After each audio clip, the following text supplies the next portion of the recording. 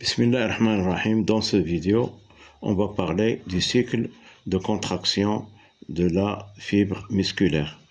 On sait que le sarcomère, c'est l'unité structurale et fonctionnelle du muscle. Donc, le sarcomère comporte des filaments fins d'actine et des filaments épais de myosine.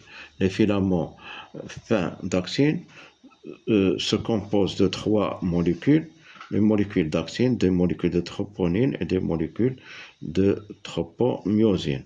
Alors, les filaments de myosine sont constitués de molécules de myosine. Et chaque filament de myosine contient deux têtes.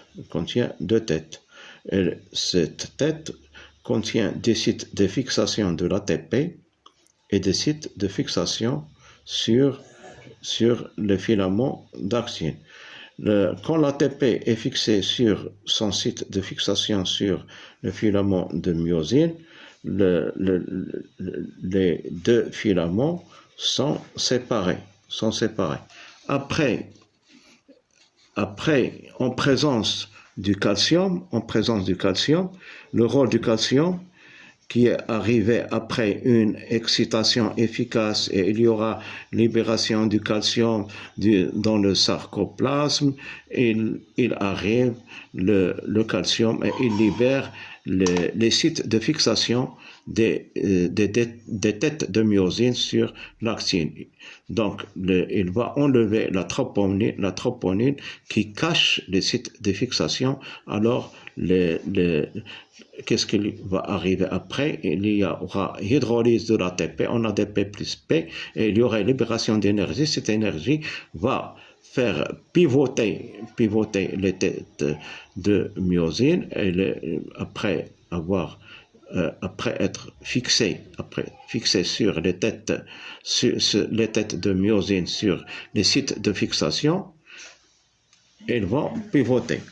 Donc, ici, il y a fixation, il y a hydrolyse de l'ATP en ADP plus P et plus l'énergie. Cette énergie va ramener les têtes d'actine vers le centre du sarcomère.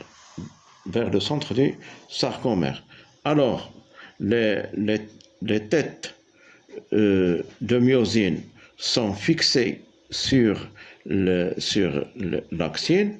Il y a formation des ponts d'actinomyosine.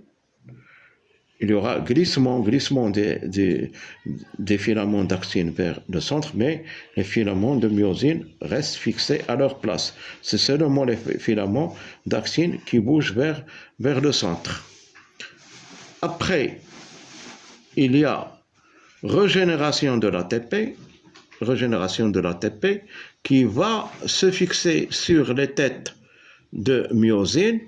Donc, il y aura séparation des têtes de myosine qui étaient fixées sur leur site de fixation dans l'actine. C'est ça le cycle de contraction de la fibre musculaire. Merci.